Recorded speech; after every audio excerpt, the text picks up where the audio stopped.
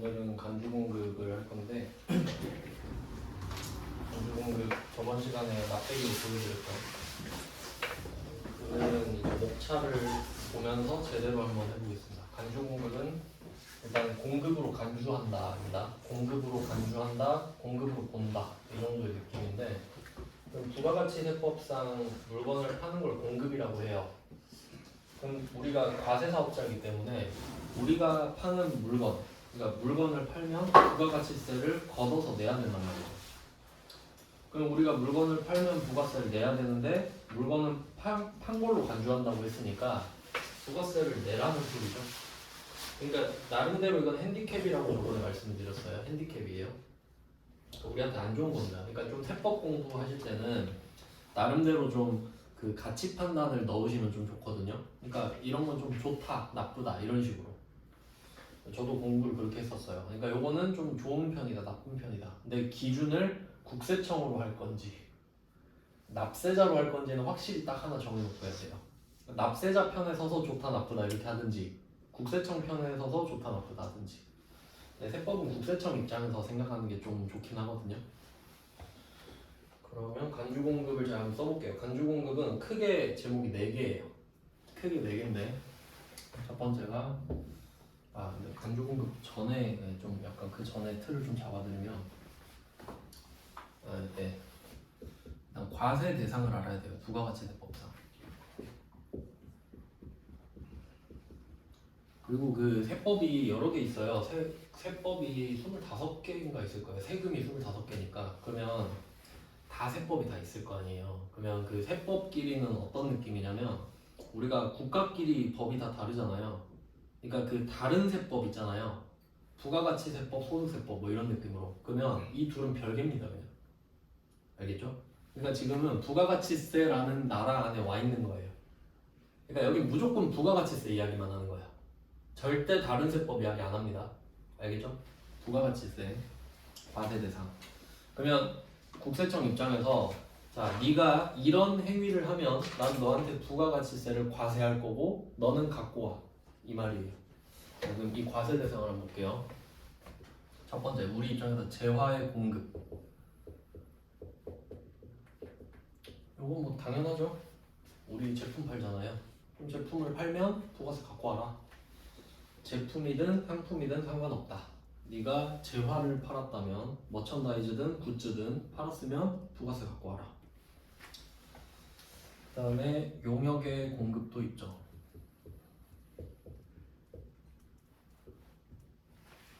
용역의 공급. 그러니까 우리는 해당하진 않지만 용역을 두 가지로 알려드렸거든요. 첫 번째는 역무를 제공하는 거. 그러니까 말 그대로 뭘 해주는 겁니다. 행위로 뭘 해주는 거. 뭐 머리 해주고 손톱 해주고 이런 것들. 그리고 한 가지 더 있었죠. 재화를 사용하게 해주는 것도 용역이었어요. 재화를 주는 게 아니라 사용하게 해주는 거. 장소를 대여해 주는 거죠. 그러니까 부동산 임대업 있잖아요. 부동산 임대업은 용역입니다.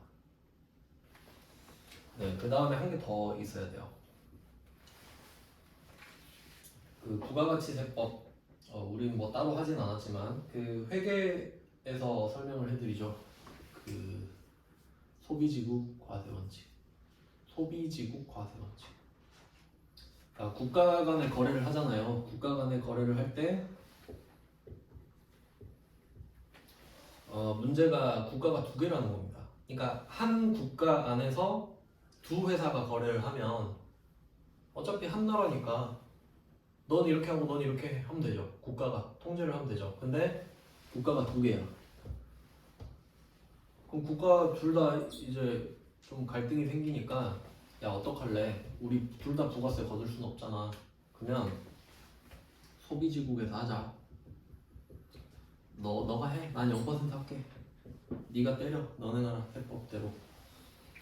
그러니까 수출국은 무조건 0%가 되고 수입국은 자기 나라의 뭐 소비세든 부가가치세 세율을 적용시키겠죠.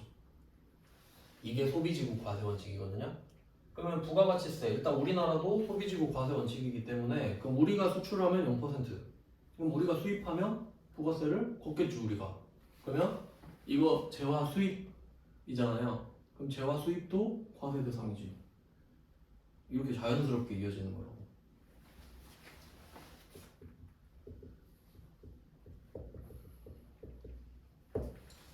그래서 여러분 뭐 미국에서 직구한다 이러면 여러분이 부가세 내야 되죠.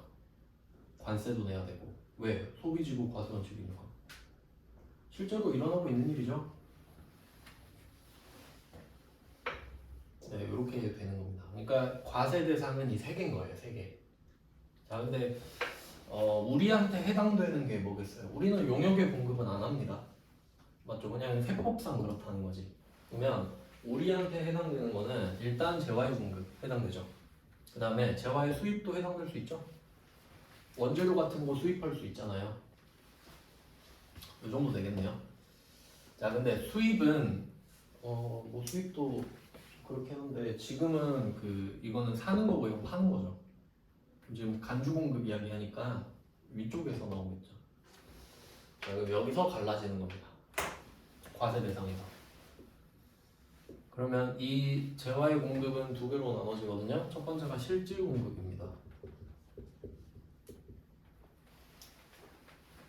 실질 공급은 요거는 뭐 딱히 말할 필요가 없죠. 그냥 팔았다 이 말이에요.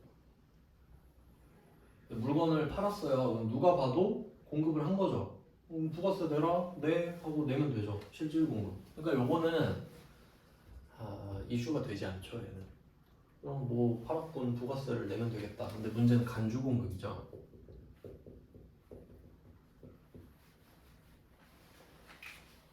부가가치세에서 나름 큰 포션을 잡고 있는 간주 공급. 그러면 얘는 왜 중요하냐면 내가 물건을 안 팔았다는 뜻이잖아요. 안 팔았어. 근데 국가가 와서 야, 너 그거 공급으로 볼게. 그럼 우리가 알아야겠네요. 뭘 공급으로 보는지. 그러니까 이런 게 중요하지. 이건 우리가 이해하고 외워야 되니까요. 그래야 대비를 하죠. 안 그러면 가만히 있다가 야, 너 간주 공급이나 먹어라 이럴 거 아니에요. 그러니까 내가 미리 알고 있어야 안 하든가 해도 뭐 대비를 하든가 하겠죠. 그래서 이렇게 파생이 된 겁니다. 그러니까 이 간주 공급이 갑자기 왜 튀어나왔냐라고 하면 과세 대상부터 이야기를 해야 돼요. 우리나라 부가가치세법은 과세 대상이 정해져 있는데 그 세 개 중에 재화의 공급이 있고 거기서 실질 공급, 간주 공급으로 나눠진다. 근데 실질 공급은 공부를 따로 할 필요가 없잖아요. 팔면 되니까. 근데 간주 공급은 공부를 해야 되니까. 그래서 이렇게 나온 겁니다. 그리고 다시 간주 공급을 쓸게요. 그러니까 전제는 물건을 팔지 않았답니다. 안 팔았으니까 공급으로 보는 거죠. 실질 공급이면 공급으로 볼 필요가 없잖아요. 이미 공급인데. 그런 내용이에요. 자, 그리고 왼쪽에 공제받지 못할 매입세액을 써놨죠. 이 연결고리를 알려드리려고 한 거예요. 제가 저번 시간에도 말씀을 드렸었는데 그러면 일단 간주공급 이름을 쓰고 제목부터 좀 매칭을 시킬게요. 1번이 자가공급이에요. 자가공급 큰 제목입니다. 작은 제목도 있거든요. 자, 1번 자가공급 뜻을 생각해 볼게요. 자가 우리 집이죠. 자가용 이런 말 쓰잖아요. 요새는 잘 안 쓰잖아요. 자가용이라는 걸 자동차를 부를 때 말하죠. 그러니까 약간 자동차를 구분할 때 이런 느낌으로 자가용, 영업용, 상용차라고도 흔히 하는데 그 노란 색깔 번호판을 상용차라 하거든요. 그러니까 일할 때 쓰는 차.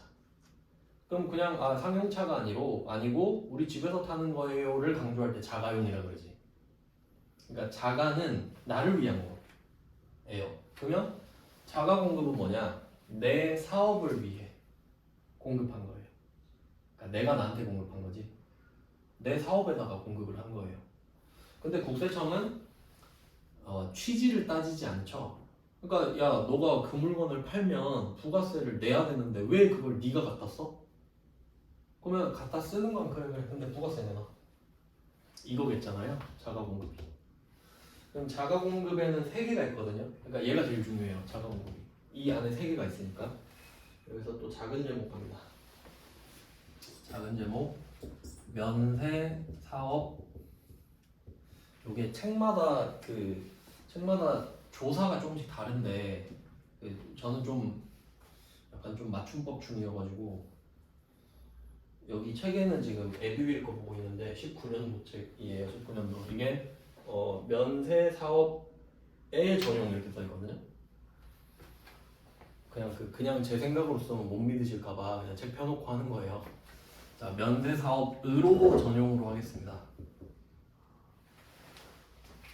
면세 사업으로 전용. 그럼 이제 이해되시나요? 그러니까 면세 사업의 전용이라고 써 있어요 책에. 제가 면세 사업으로 전용으로 바꿨거든요. 그럼 방향 확실하죠?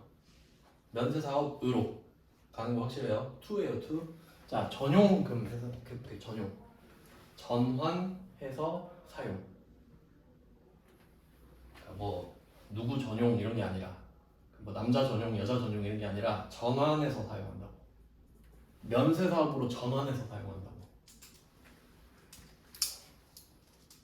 그러면 문맥상 방향이 면세 사업으로 가는 거잖아요. 그럼 지금 여기가 어디겠어요? 과세 사업이겠지. 그건 당연하죠. 부가가치세는 과세랑 면세밖에 없어요. 그럼 당연히 지금 과세겠지. 그러니까 안 적는 거잖아요. 자, 그러면 이거 공제받지 못할 매입세액에서 대응되는 거 찾아볼까요? 면세 사업 관련. 공제받지 못할 매입세액에서 다시 해야 돼? 저번 시간에 그래서 했는데 이게 주말이 좀 큰가? 그 면세 사업 관련은 면세 사업자는 부가세를 안 내잖아요. 의무가 없으니까 너 세액 공제 안 해줘 이랬죠. 그러니까 걔가 공제받지 못할 매입세액인데 간주공급에도 있네? 아다리가 맞다는 소리예요 지금. 그러니까 딱 맞춰서 써볼게요. 면세 사업 관련 맞잖아요. 그러니까 국세청은 면세 사업을 싫어하네. 맞죠? 확실하죠? 면세 사업을 좀 극혐하는구나. 솔직히 그렇잖아요. 내가 세금 거두려고 세법 만들어 놨는데 얘네들은 세금 안 내죠. 그럼 꼴보기 싫겠지. 그럼 너 일로 와. 너 핸디캡이나 먹어. 이러겠지. 한 개 매칭했어요. 그다음에 두 번째. 비영업용 소형 승용 자동차. 좀 느낌이 오죠? 비영업용 소형 승용 자동차 또는 그 유지의 전용 이렇게 써 있거든요. 그냥 이렇게 할까? 또는 그 유지의 전용. 또는 그 유지의 전용. 별로 상관없을 것 같긴 한데 그대로 그냥 써볼게요. 유지로 전용.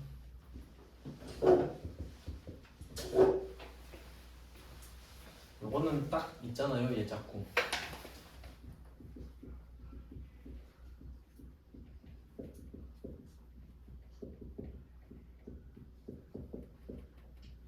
그냥 관련이라고 할게요. 기니까 이름이. 네, 구입 유지 임차 다 되는 거 아시죠? 구입 유지 임차.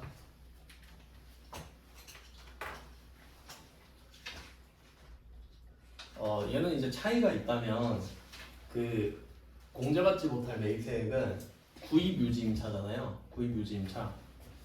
칸이 좀 애매해가지고.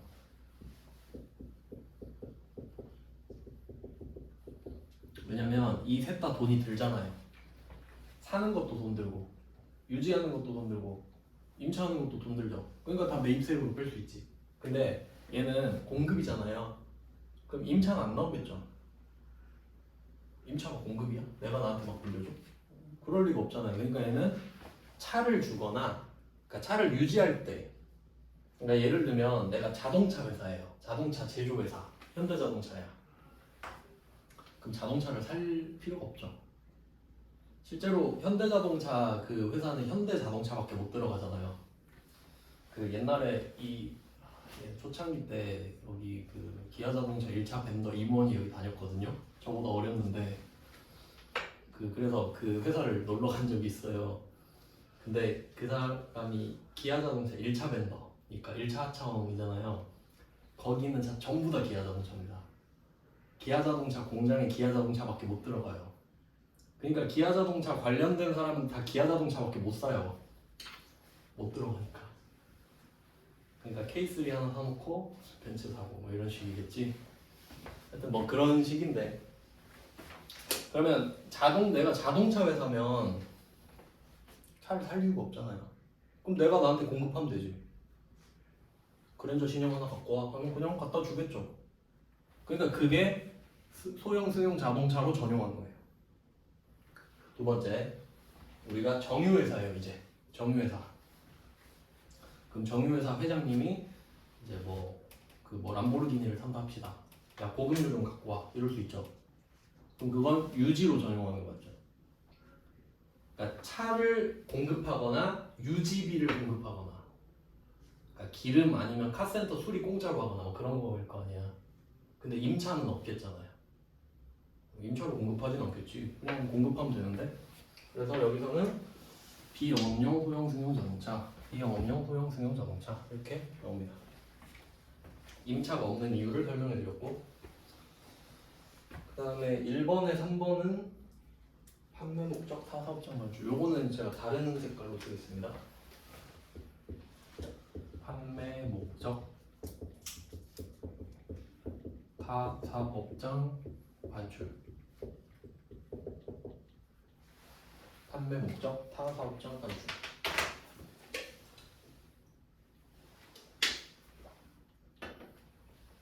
그리고 한번 생각해 보세요.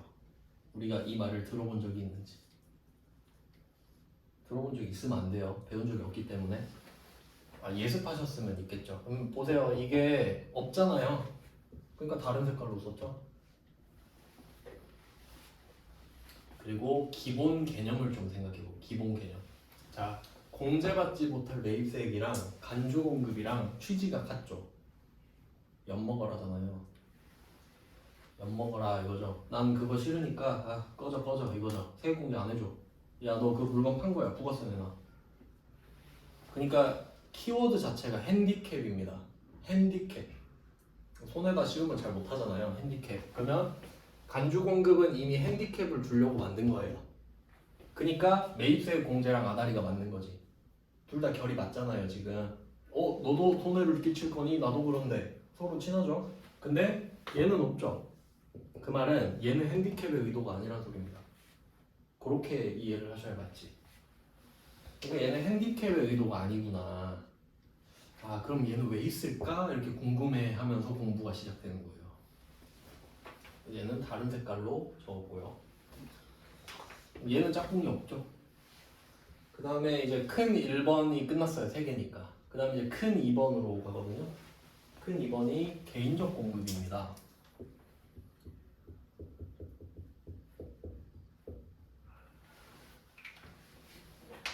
그러면 자가 공급이랑 개인적 공급이 반대라는 거 아시겠죠? 자가 공급은 우리 회사한테 공급하는 거고, 개인적 공급은 내 친구 주거나 우리 가족 주거나 이런 거예요. 그러니까 공급은 공급인데, 내 국세청은 신경 씁니까? 안 쓰지. 안 팔았으면 그냥 판 걸로 하면 되지. 네가 쓰든 남 주든 상관없다 이거죠. 그래서 얘는 그냥 남 주는 거니까 그냥 뭐 됐어요. 끝. 그 다음에 바로 3번. 사업상 증여입니다. 사업상 증여. 사업상 증여. 그리고 써놓고 한번 생각해보세요. 어떤 느낌인가? 사업상으로 증여를 한다? 증여는 주는 거죠. 증정하다, 수여하다. 사업상으로 줘요. 접대 느낌 나죠. 접대. 근데 상관없지. 우리 회사에 갖다 써도 부가세를 때리겠다는데 접대로 준다? 그럼 당연히 때리겠죠. 저번 시간에 했던 게 이건 거예요. 사서 접대하면은 매입세액 불공제. 내가 갖고 있던 걸 줘버리면 사업상 증여로 간주 공급. 부가세 두드려 맞는 거였지. 자, 그럼 사업상 증여 요거는 접대 쪽으로 빼면 되겠네. 접대 관련이랑 상관이 있겠죠. 그러니까 이게 용어가 다른 거죠. 용어가.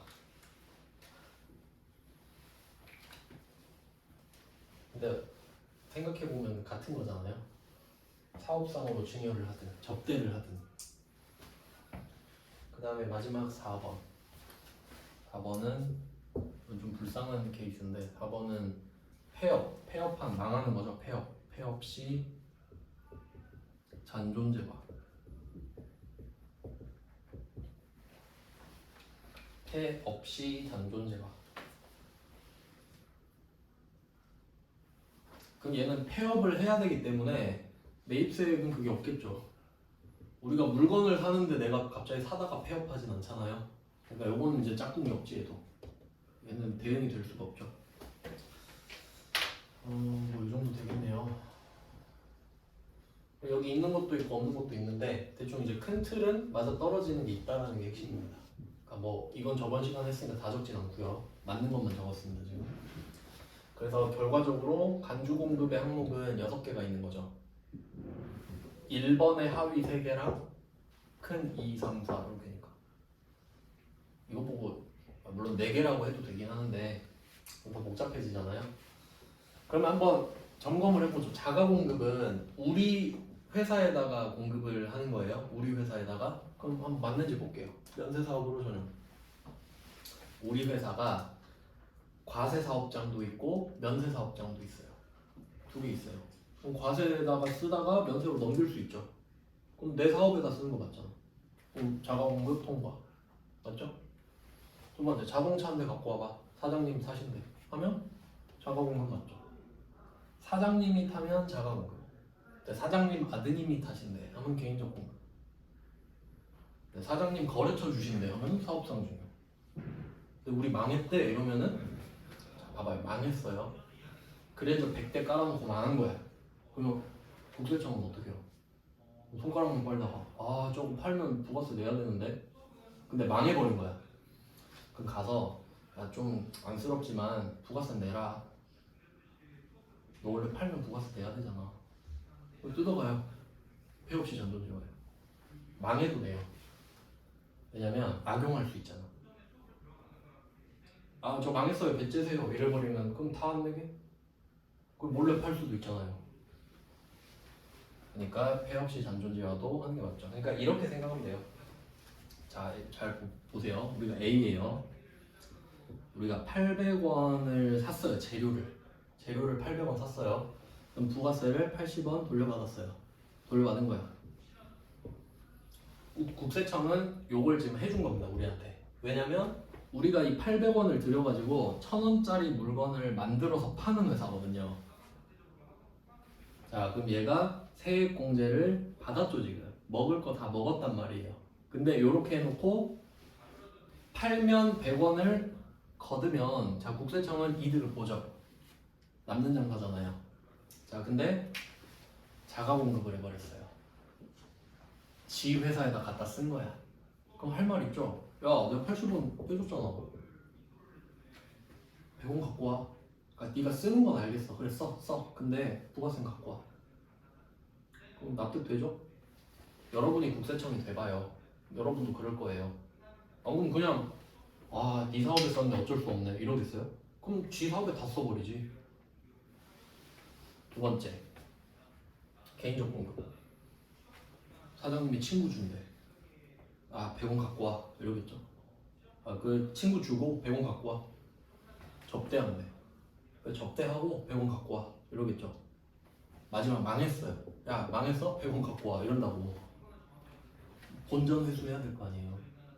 그러니까 일관적인 태도를 취하고 있는 거예요. 그러니까 지금 무슨 뭐 가치 판단을 해서 옳고 그르다 그런 문제가 아니라 우리가 먹은 게 있으니까 토하라는 소리예요.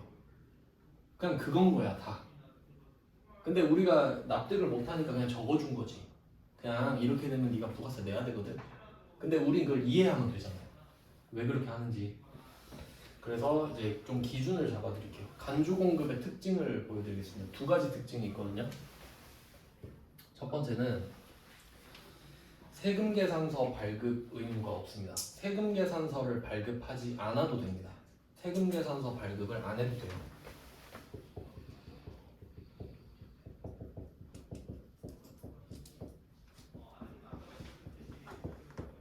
세금계산서 발급 의무가 없습니다. 이게 어떤 의미인지 생각해야 돼요.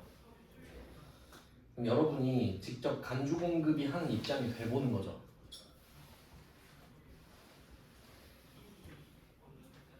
그럼 뭐 자동차 회사라고 해볼까요? 그럼 현대자동차야. 야, 그랜저 신형 한 대 갖고 와봐라. 프로 캘리그라피로 한 대 갖고 와봐. 이렇게 딱 했어요. 그러면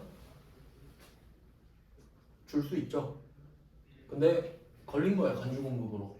걸리겠죠? 그러면 부가세 냈다고 합시다. 그러면 회사가 사장님 타라고 차를 지금 준 거잖아요. 그럼 세금 계산서도 줘요? 안 주겠지. 차만 주겠지. 그러니까 어차피 안 줄 거잖아요. 그러니까 주지 말라고 하는 거야, 그냥. 선수 쳐가지고. 야, 너 어차피 안 줄 거잖아. 주지 마, 주지 마. 이거 느낌이야. 그런 느낌이에요. 네.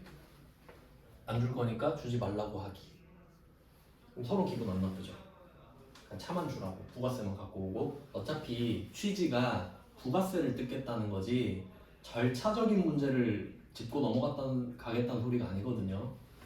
그럼 두 번째, 시가 기준입니다.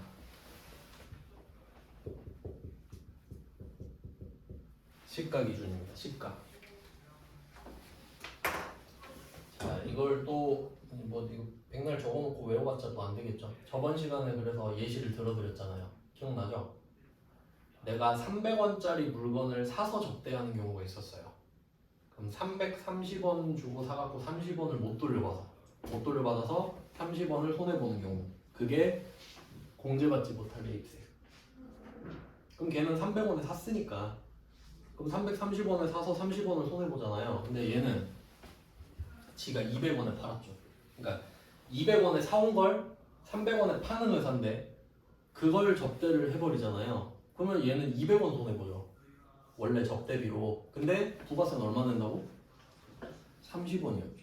왜? 물건 가격이 300원이니까. 그럼 여기서 200원은 원가예요. 300원은 시가지.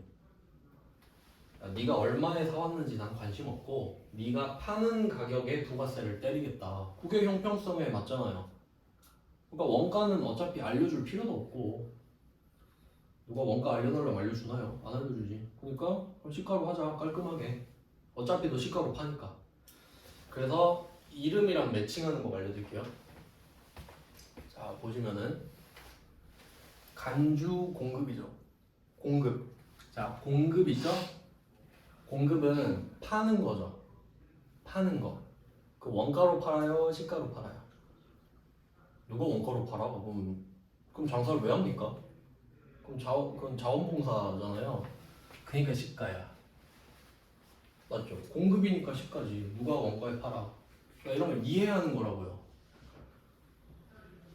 원가가 아니겠구나. 공급이니까. 자, 근데 공급은 시가가 맞죠? 근데 이게 진짜 판 게 아니지. 간주잖아요. 진짜 판 거 아닌 거 나도 알아. 그러니까 세금 계산서 주지 마. 이렇게 가야지. 이름에 뜻 다 있는 거예요. 그러니까 의미 없죠. 부가세는 갖고 와라. 이거죠. 딱 목적이 보여야 돼요. 아, 얘는 그냥 부가세만 뜯고 싶은 거구나. 시가로 때리고 세금 계산서 필요 없다. 관심 없다. 이렇게 되니까. 알겠죠? 이렇게 되는 겁니다. 특징.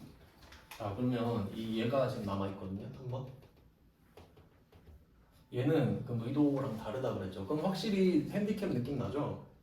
그러니까 우리가 안 팔았는데도 굳이 부가세를 뜯어가는 거잖아. 그러니까 만약에 지금 그랜저 프로 신형이 6,000이라는데 그 부가세는 600이잖아요. 뭐 그런 다른 세금 빼고 원래 개소세도 붙겠지만 600이라 치면 현대자동차가 사장한테 그랜저를 넘기면 그냥 600만 갖고 와라 이 말이잖아. 그러니까 깔끔하게 시가 6,000이니까 600 세금 계산서 됐고 이거죠. 600을 손해보게 만들었죠.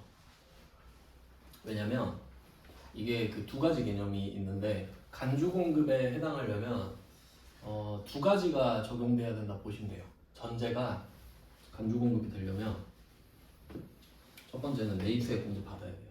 이렇게.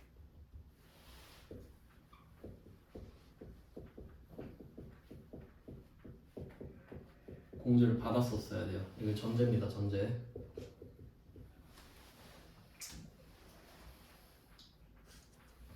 그러니까 한번 생각해보세요. 그랜저 만드느라 재료 샀을 거 아니에요. 그럼 그 재료 사면서 세액공제 다 받았겠죠. 안 해줄 이유가 없잖아요. 그럼 다 받았겠지. 근데 그 상태에서 그랜저를 사장한테 갖다 줘버리니까 국세청이 빡치는 거죠. 아니 내가 너한테 투자한 게 얼만데? 이렇게 되는 거라고요. 그러니까 야 내가 너한테 해준 게 있으니까 나도 너한테 달라고 할 권리가 있다. 그럼 만약에 얘가 세액공제를 안 받았어요. 이거에 대해서. 그럼 할 말 없죠. 아 내가 너한테 해준 것도 없는데 알아서 해? 이렇게 되는 거지. 근데 안 받을 리가 있겠냐고요. 말이 돼요? 이 차는 접대용으로 넘길 거니까 세액공제 안 받아야지. 이런 사람이 있어요? 그러니까 이건 이론상 있는 말이야. 말이 안 돼. 그러니까 이건 무조건 있다고 보시면 돼요. 그러니까 만약에 문제에서 이런 상황을 낼 수 있잖아요. 근데 간주 공급이라고 말을 안 해주겠죠. 그럼 시험 문제가 아니잖아요. 그럼 이 중에 하나를 내고 나서 괜히 이 말을 합니다. 매입세 공제는 다 받았다. 그 말을 한다고. 그게 간주 공급에 해당이 된다는 소리예요. 그러니까 쓸데없이 하는 말이에요. 치킨은 맛있다 이런 느낌. 그 다음에 두 번째. 자 이게 중요해요. 1번은 그냥 대전제고 1번은 그냥 그렇다고 보면 돼요. 이제 2번이 중요한데 얘는 공제받지 못할 매입세액을 피해야 됩니다. 회피할 수 있어야 됩니다. 공제받지 못할 매입세액을 회피해야 돼요.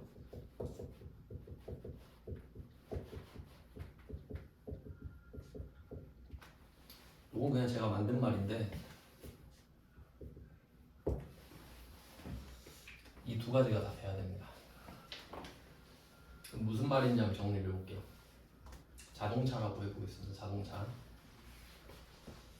첫 번째, 아까 말씀드렸죠. 그랜저를 만드는데 재료를 샀어요. 그 재료 세액공제 다 받았습니다. 당연하죠? 1번 통과. 그다음에 두 번째, 현대자동차가 자동차 회사잖아요. 근데 굳이 뭐 K9 이런 거 살 필요 없죠. 그냥 뭐 그랜저, 제네시스 타면 되니까. 그러면 물론 같은 회사긴 합니다만 그러면 지차 타면 되잖아요. 그러면 원래 만약에 자기가 자동차를 샀으면 매입세 불공제죠. 그걸 피했잖아 지금. 내가 자동차 회사인데 자동차 안 사도 되죠. 그러니까 공제받지 못할 매입세액을 피했잖아 지금. 그럼 이 두 개가 성립하면 야 너 간주공급 보고서 갖고 와 이렇게 된다고요. 그럼 공제받지 못할 매입세액을 안 피했으면 간주공급이 아니겠죠. 이게 핵심이라고. 그래서 제가 간주공급 하기 전에 공제받지 못할 매입세액을 다 설명했잖아요. 이걸 알아야 이걸 하니까. 그러니까 전제가 이거니까요. 그렇게 돼요. 그러니까 이건 뭐 책에서 그렇게 말하는 책은 본 적 없는데 제가 연결한 겁니다. 제가 이렇게 연결된다고 생각을 하기 때문에 네 그러면 반대로 한번 예를 들어볼까요? 이걸 하나씩 해야 하는 뭐부터 하지? 요거부터 할게요. 면세사업으로 전형부터. 요거는 이해를 하셔야 됩니다. 막 세법 하면 세법 다 외워야 되잖아요. 이런 사람들 되게 많은데 세법이 그냥 뭐 랜덤으로 만든 건 아닐 거 아니에요. 그러니까 세법에는 취지가 있어요. 왜 이거에 세금을 걷는지, 왜 이거에 많이 걷는지, 이건 안 걷는지 그 이유를 생각하면 돼요. 여러분이 국세청이 되면 납득이 간다고요. 그럼 이 정도는 이해 가시죠 이제. 왜 그러는지. 이렇게 되면 괘씸하잖아요. 그러면 첫 번째 면세사업으로 전용이에요. 김철수라는 사업자가 있다고 합시다. 사업을 하는 사람인데 이 사람이 A 사업장이 있고 B 사업장이 있다고 할게요. 사업장을 두 개 차린 거예요. 사업하는 장소를 사업장이라고 해요. 부가가치세법상. 이 하나하나가 과세 단위거든요.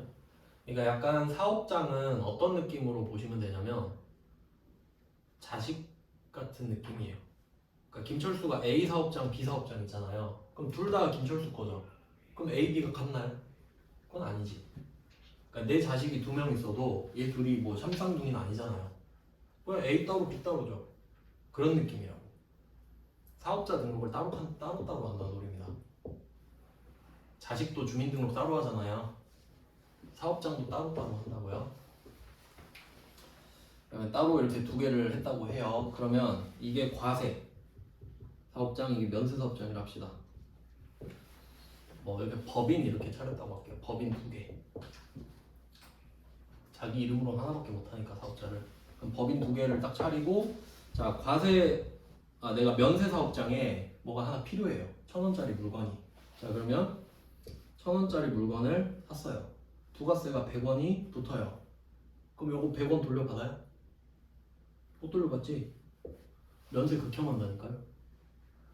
그럼 국세청이 그러겠지. 야 너는 부가세도 안 내는 놈이 뭐하러 세액공제 받으려고 그러냐? 넌 그냥 100원 손해봐. 이렇게 된 거죠. 그러니까 면세 사업자는 소비자랑 똑같다 보면 돼. 우리 소비자죠. 그러면 여러분 당근마켓에 물건 팔러 갔을 때 부가세 걷어요? 안 걷지. 왜? 사업자가 아니니까. 그럼 안 걷잖아요. 그리고 부가세 낸 거 돌려받을 생각 있어요? 없지. 왜? 안 내니까.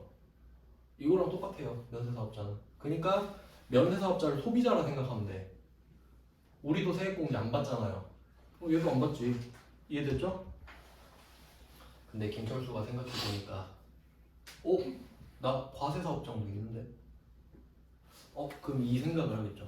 그럼 A 이름으로 1,000원짜리를 사가지고 100원을 돌려받는 거지. 그리고 이 물건을 이렇게 넘기면 되잖아. 탈세죠. 탈세 맞지? 이걸 하다 걸린 거예요. 이게 면세 사업으로 전용 맞죠? 그럼 국세청이 뭐라고 그러겠어? 100원 갖고 와. 이러겠지. 그럼 우리가 억울한가요 지금? 걸렸네 하고 100원 줘야죠. 당연히 내야 되니까 적어놓은 거예요. 그래 네 사업에 쓴 건 알겠는데 부가세 갖고 와라. 네 하고 내는 거죠. 근데 저거에 해당되는 일은 거의 없죠. 우리는 그냥 원리를 알려드린 거예요. 원리를. 면세 사업은 세액공제를 못 받잖아요. 근데 잘 봐봐요. 면세 사업자, 그러니까 원래는 우리가 1,000원짜리를 1,100원에 사서 100원을 손해봐야 되잖아요. 근데 내가 과세 사업장도 있잖아요. 그러니까 이거 회피했죠. 공제받지 못할 매입세액인데 회피했잖아요. 그러니까 친히 간주공급을 때려줘야지. 원래 네가 1,100원을 내고 100원을 못 돌려받아야 되는데 이 상황을 생략해버렸구나. 그럼 내가 가서 100원을 가져올게. 그래야 너가 100원을 손해보지. 이렇게 되는 거라고. 그러니까 얘가 1차 관문, 얘가 2차 관문이에요. 근데 물건을 산 적이 없으면 1차 관문을 안 고치잖아요. 그러니까 2차 관문이 대기하고 있지. 못 빠져나가게. 이렇게 생각하셔야 됩니다. 이게 면세 사업으로 전용. 두 번째 자동차. 자동차는 자동차는 아까 말씀드린 것처럼 원래 우리가 자동차를 그랜저 풀업 사려면 6,000이니까 부가세 600을 내야 된단 말이죠. 그럼 요거를 못 돌려받는 상황을 겪어야 되거든요. 근데 현대자동차가 이 과정을 왜 겪냐고. 지가 만드는데. 그럼 이거 회피했죠. 원래 공제받지 못할 매입세액인데. 그러니까 600 갖고 와 이런다고. 그러니까 이걸 피했으니까 이걸 만들어 버리는 거죠. 이걸 만들어 버리잖아. 그리고 갖고 와. 이거 너 피했잖아. 이걸 피했으니까 내가 만들어 줄게. 갖고 와라. 이러면 돼요. 요런 원리입니다. 알겠죠? 세트로 이해하셔야 돼요. 그러니까 여기다가 아까 고급류도 넣으면 되지. 우리 사장님 기름 넣어야 돼요. 그러면 기름 갖고 와 하면 이거를 피했잖아. 기름을 지가 왜 사? 그러니까 그거 사장한테 판 걸로 해라. 고급류. 그럼 부가세만 갖고 와. 이렇게 되는 거죠. 그래서 세금계산서 발급 의무 없고 시가 기준으로 갑니다. 원가 기준으로 하면 손해를 보잖아요. 국세청이. 이렇게 돼요. 그럼 전반적인 원리는 아시겠죠? 접대도 똑같잖아요. 그럼 이제 뭐가 문제겠어요? 얘겠죠. 판매 목적 다사업장 완출. 얘가 다른 글씨로 썼는데 실제로 그 부가가치세법 그 조문을 보면은 이런 식으로 나왔어요. 판매 목적 타 사업장 반출인 간주 공급 하고 판매 목적 타 사업장 반출이 아닌 간주 공급 이렇게 나눠요. 그러니까 얘는 예외란 소리죠. 근데 하나밖에 없으니까 얘를 먼저 빼는 거야. 하나밖에 없으니까. 그러니까 얘냐 아니냐로 가버리는 거지. 그러면 얘는 기본적인 스탠스가 핸디캡이랬죠. 그럼 얘는 핸디캡이 아니거든요. 그럼 예의 특징을 적어볼게요. 예의 특징. 요거를 끊어서 할까? 네. 다음 강에서 세트로 할게요. 네, 지금부터 쉬고 50분부터 보겠습니다.